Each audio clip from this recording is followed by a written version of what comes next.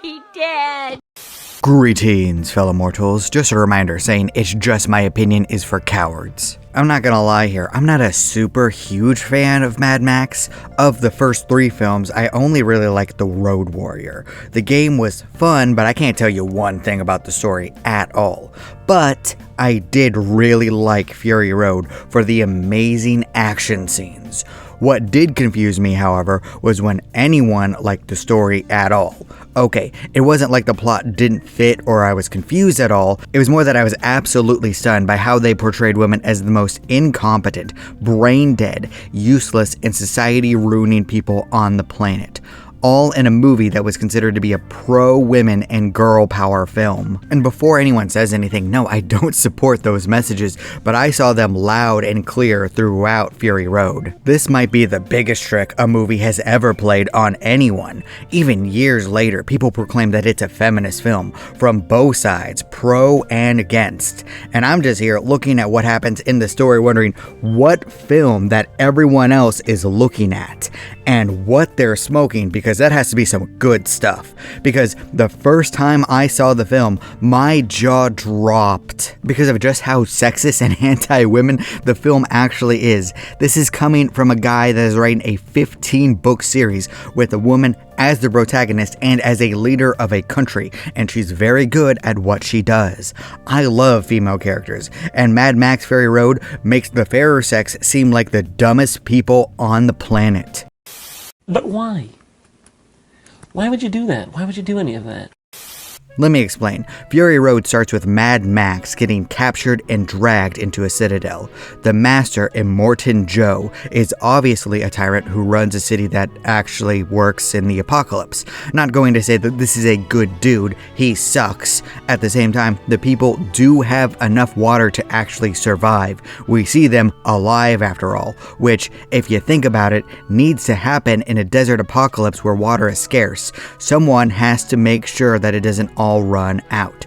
It's obvious that Joe is hoarding resources for himself, but the people actually do survive, which can't be said for a lot of other settlements in their world, as we will soon see. Max gets used as a hood ornament during a chase for the fleeing Furiosa, who is taking Joe's harem, more like slaves than anything else if I'm being honest, to find a perfect paradise oasis. Throughout the fighting, Max ends up helping the ladies, being the only reason a bunch of women succeed at all. They try to portray Furiosa as his equal, but then they stumble when they make it so that she constantly fails at all turns. In fact, the scene where she uses Max to aim her gun falls a bit flat because it's literally him holding her up to keep her from missing. And to be fair, the film isn't about Max, it's about Furiosa and her development. And that part is well done, but it kinda seems weird that they also made every other female character an absolute moron throughout the film. I'm just saying, it seems pretty sexist to me.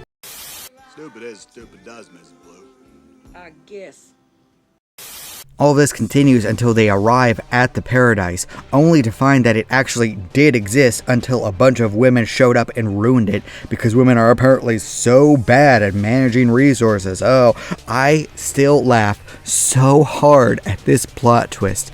If this isn't the biggest troll in film history, then I don't know what is. It's literally a story I would see from misogynist Reddit, but it's in a film that's held in high regard, where the message is that women kind of suck. I have no idea how this was greenlit or how people don't see what I'm seeing through this. And that was further emphasized later when they decided to go back to the Citadel and ruin that too, because the only reason these women and Max succeeded was due to a heroic sacrifice from a simp, which is the only way I can describe a man who gives everything for a woman who wouldn't spit on him if he was on fire.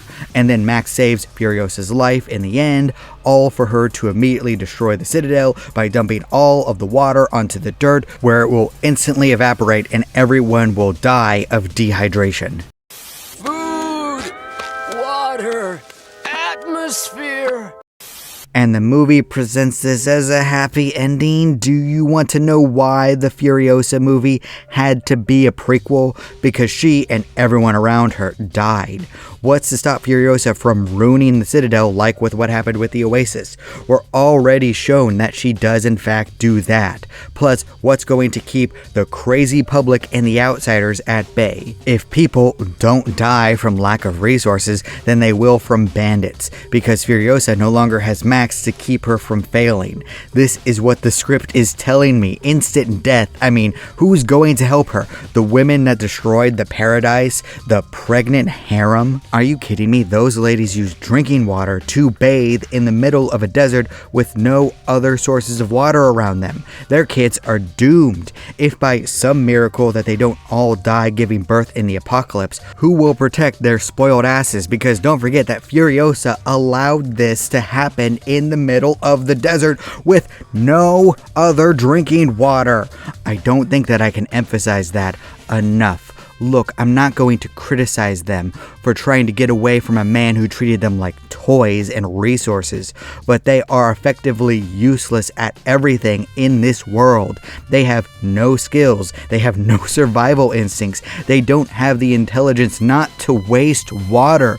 They're in such a bad position. It's insane that this ending was portrayed as anything other than the worst possible outcome for everyone but Max, who left despite this being his idea to take the Citadel over again.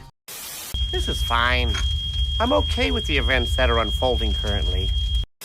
Okay, perhaps I'm exaggerating a little bit with how much Furiosa stumbles and fails. She and Max work as equals and fail equally throughout many of the action scenes. I gotta give them that. But at what point am I supposed to believe that either of them can lead a community? People celebrate because they get water that day. What about tomorrow when all of the water is gone? This isn't to say that Joe wasn't a terrible person who hoarded resources, but there does need to be control so that people don't die, and everyone in the Citadel would have survived the next week, month, or maybe even year with Joe in charge. Furiosa, not so much, because I would like to emphasize that they're already wasting water. Now, in fairness, this is a broken world where survival isn't that easy anymore. Nothing is ever going to be happy, so a big party before dying might be just what everyone is asking for. If so, that's fine. I'm just shocked by the arguments that happened in this film when it came out.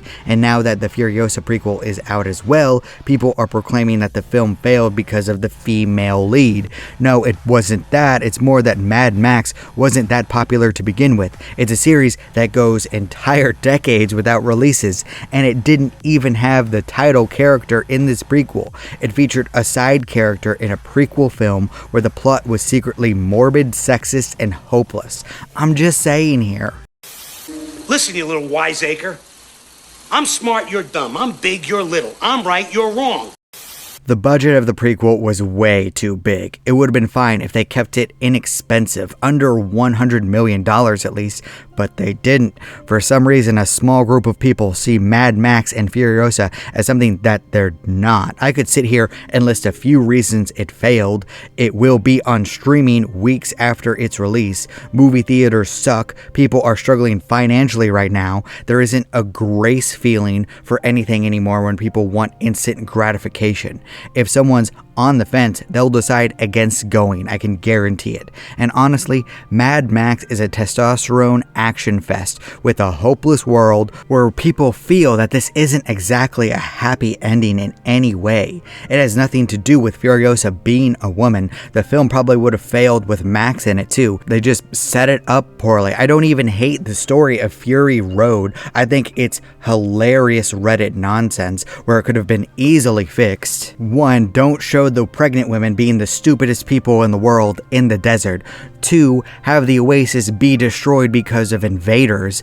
And 3, show Furiosa being an actually good leader who will distribute the water fairly and equally to everyone. You do that and the film doesn't feel sexist at all. All I'm saying is that I don't think anyone looked through this and actually thought about the different plot points. Maybe actually have a story where the plot matters, where there's hope in the world, where the ending doesn't secretly feel down because everyone realizes that they're all going to die in a week. And honestly, that's why I kind of think that the films didn't do that great to begin with. It feels hateful, hopeless, stupid, a series of excuses to blow up people with cars. Which is fine if that's what you want to be, but I don't think that we should pretend that there's any positive message in this, because there most definitely is not. In fact, there's a negative message through all of this. This is the most depressing post-apocalyptic world that I have ever seen, but maybe that's just because it's set in Australia, the world's prison. That would explain a lot. This is a joke, by the way, calm down. You're welcome to disagree with all this, that's fine. After all, everyone is entitled to their objectively wrong opinion. You guys all think you're so much better than me. Oh, Meg, that is the least fancy thing I have ever heard.